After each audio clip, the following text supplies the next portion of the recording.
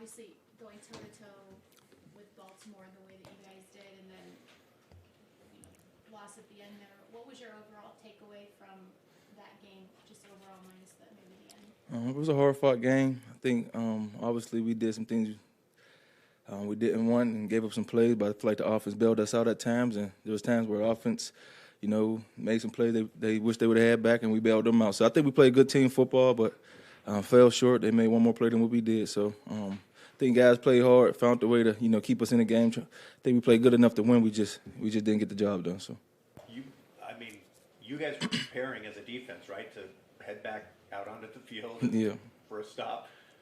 So as that unfolded, kind of what was? I was shocked. Yeah. I was shocked. I thought he stepped out. So I was just like, why is he still running? And then, I'm still shocked after they running. I'm looking at the screen, still walking off the field. Like, he had to step out. Like, he couldn't have scored, but he made a good play, helped his team to win. So I was just shocked. So, I know you did play against him. What do you think about Justin Madubuike as a pass rusher? The Ravens. Who? Their tackle. Oh, yeah, 92? No, so their pass rusher. Yeah, his number's 92. Yeah, 92. Yeah, honestly, he trained with me. He came to Pittsburgh and trained with me like 3 years ago. So, obviously, he's having a good year, a productive year, getting after the quarterback. So, had a good game, had a lot of tackles, made some sacks. So, he did his part. But he's growing into a nice young, defensive tackle, starting to come into his own. So, hopefully he keep doing it, keep having more success. So, as you guys head into this kind of final stretch, where do you feel like you guys are ready for a playoff run, or does something have to change? 1 week at a time. Right now, our main focus is trying to find a way to beat Washington, and that's it. 1 week at a time, worry about one game at a time, and we handle that. As long as we do our job, we can worry about that at the end. But right now, we got to worry about the Washington and finding a way to beat them. So. Obviously, there was a lot of new young players, new rookies on this team entering the start of the year. But when Akella Witherspoon and John Johnson joined the defense, what did they add, if anything, in terms of the presence internally? We got veteran guys that played this game, had success in this league, and was able to help a lot of young guys that was in the back end and help the defense as far as understanding how to play this game. And like I said, anytime you can add pieces to the puzzle like that, it's always going to be good. So.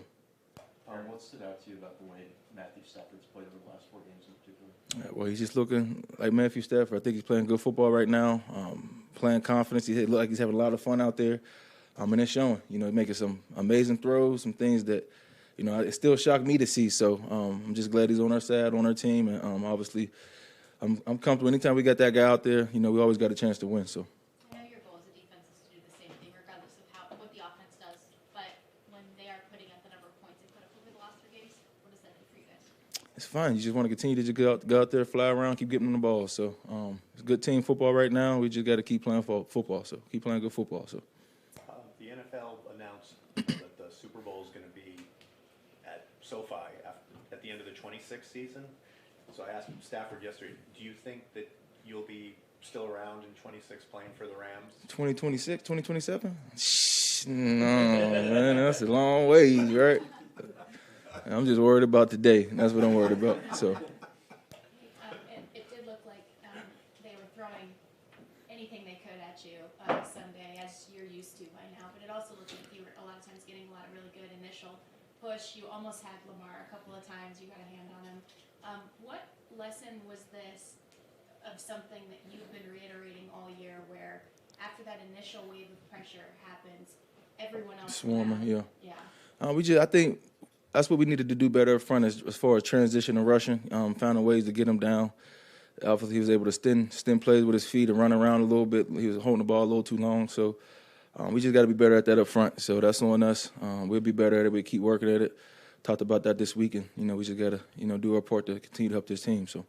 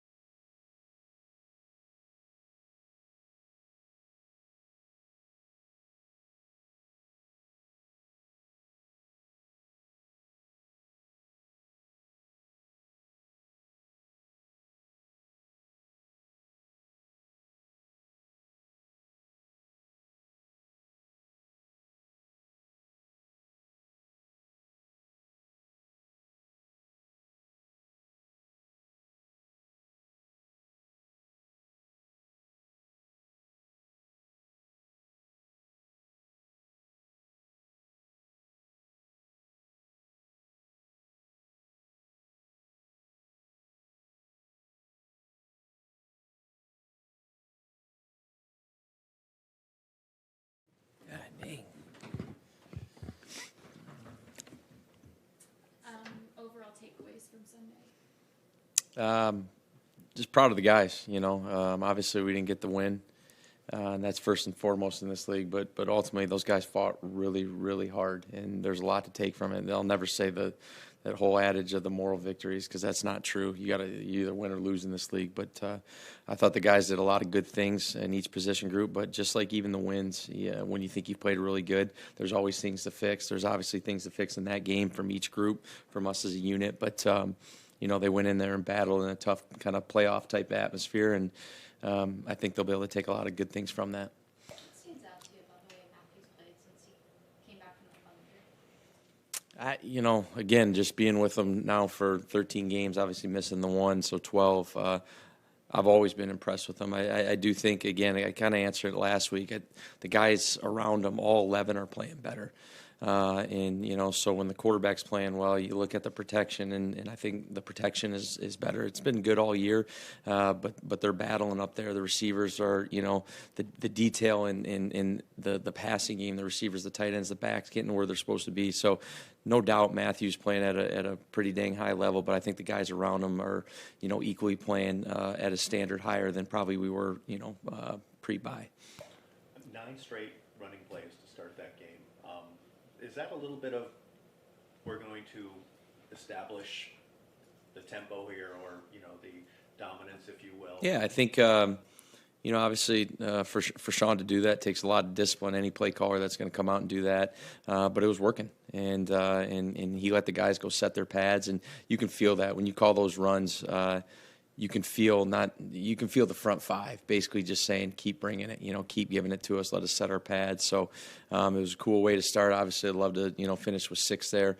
Obviously, you know, got the 3, but it was a good way for, again, those guys to kind of get in the rhythm of the game. Sean indicated, so obviously then it was 3 straight throws, and then started the next series of 4 straight throws. Sean indicated they were doing some different things against the run at the end of that drive. What did you see, and what led to those decisions to throw when the run was so effective? Yeah, I'm not going to dive too far into that for, you know, competitive advantage situations, I guess you could say. But Mike did a good job of changing something up that, you know, deterred us from doing what we wanted to do right there. So, and had some really good looks, you know, at capitalizing in the pass game. Obviously got the one explosive off that second drive, off the first snap there to Puka, you know. So, and then he adjusted from there with what he first adjusted with. So, you know, that's the chess match that is football. That's why this league is so awesome, because there's so much respect for not just the talent on that defense, but how they're coached in that scheme, and you know, kind of threw some different things at us, and we had to adjust from there.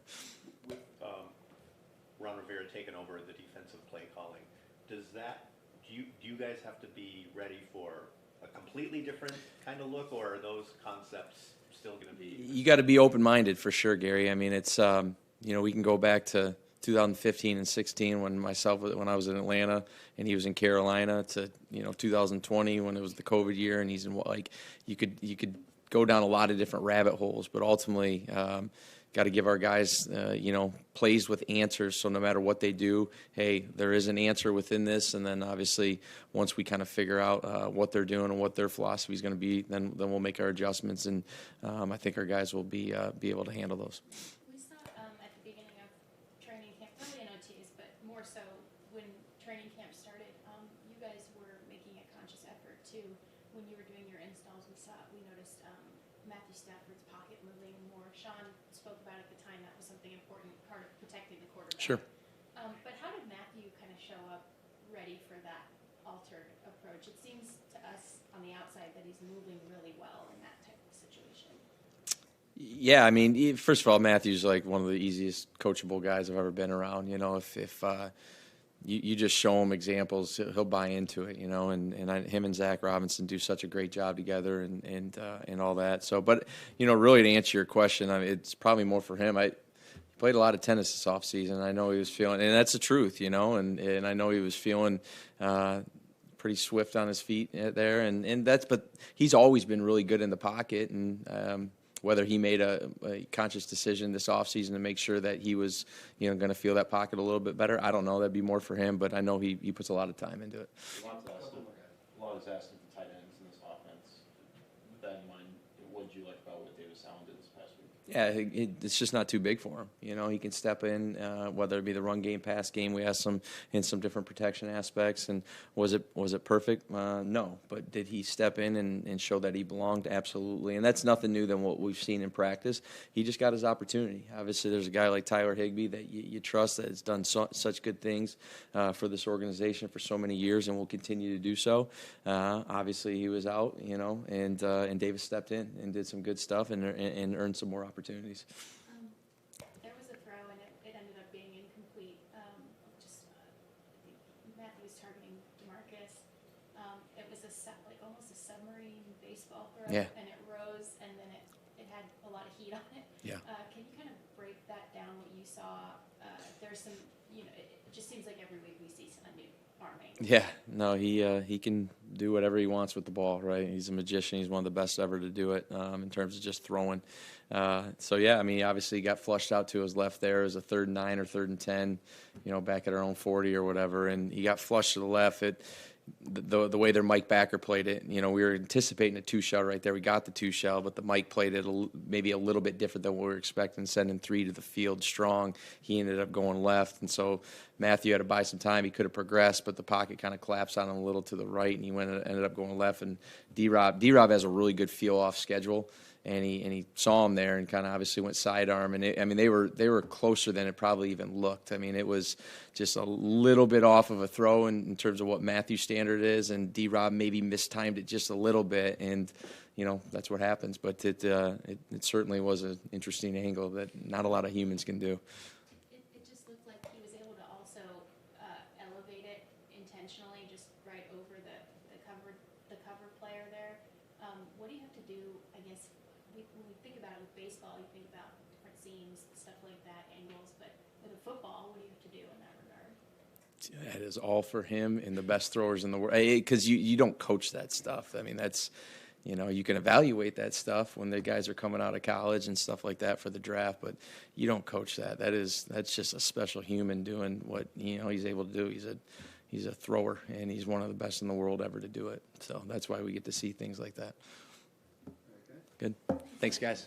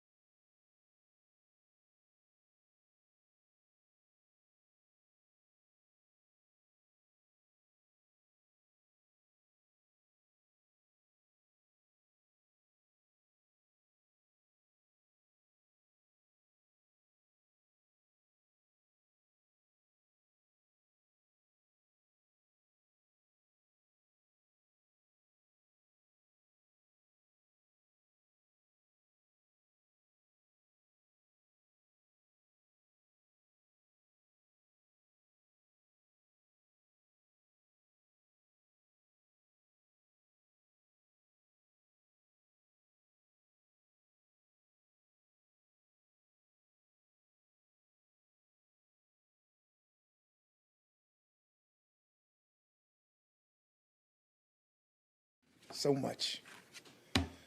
What's going on, small group of guys? Those Commanders, offense, what's it about you? Guys that are moving the ball really well.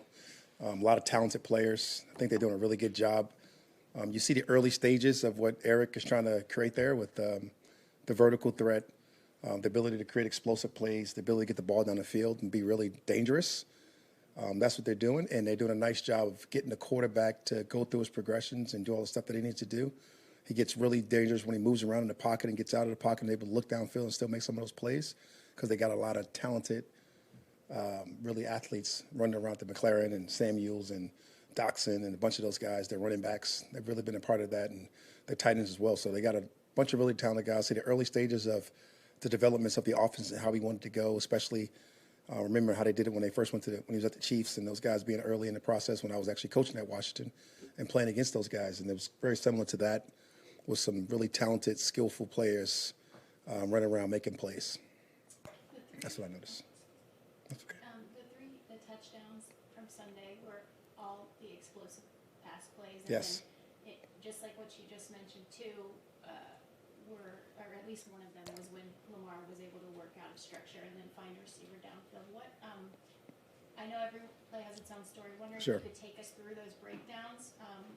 The first one is probably Raheem Morris doing too much. On that first play, we had a man call. We didn't bump it out. We got an uncovered guy, and he was able to score and likely on his touchdown on number 80.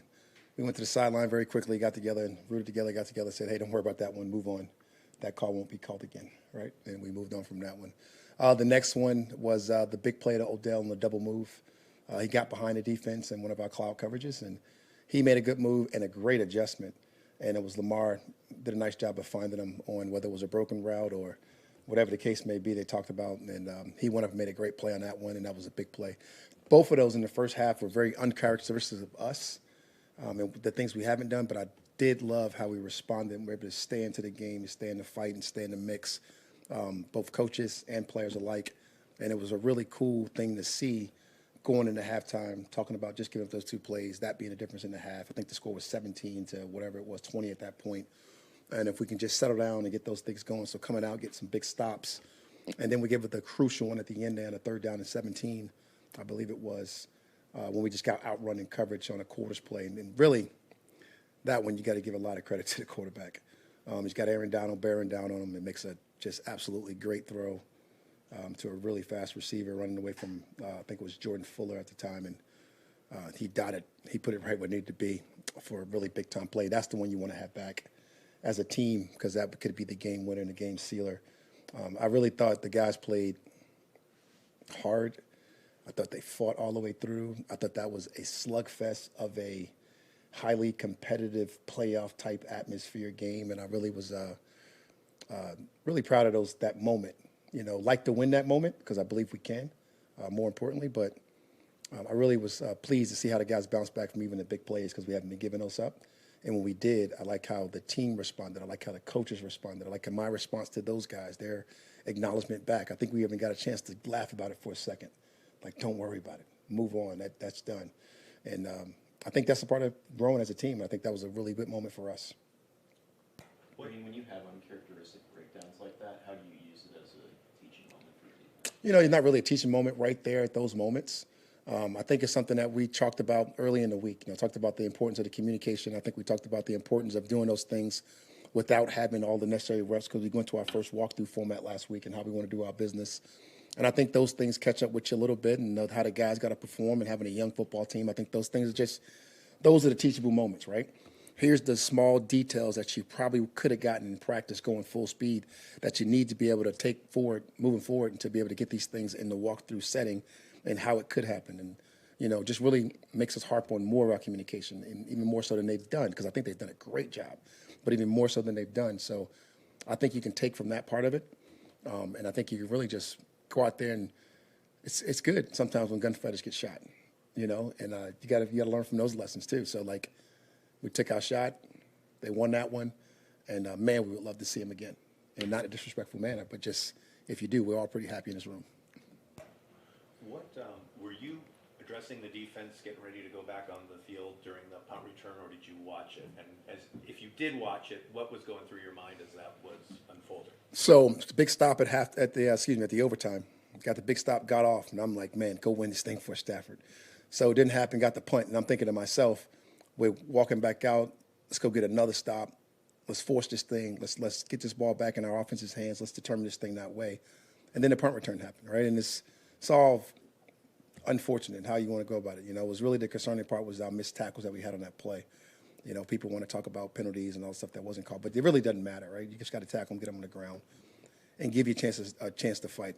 And when you're watching them return it back, the thing that was on my mind was not the touchdown. It was, don't let this guy get close for this long field goal, because I know he's going to have the ability to make it. So that was really what was going through my mind. And then it was over. So after that, Gary, you feel sorry for yourself. You get on the plane, you go home. You got about 24 hours to wash out your system, and now it's time for the next opponent. Aaron talked today about, and I might not be using the right word, he used the word for transitional rushing. Sure. When obviously, even though they threw pretty much everything at him, it seemed like he was able to get some good initial push, and then Lamar would go out of structure, and then, you know. Lamar is a pain in the neck, Jordan. He is the league MVP, him or Dak, one of them. And I'm so complimentary towards his performance because of how he was able to get away some things and make some people miss or just hold on enough to throw an incomplete pass was so impressive. You know, Aaron's got him right there spinning around. 1, 2, and I'm counting. I'm thinking, just blow the whistle and call him dead. And he's just a problem that way.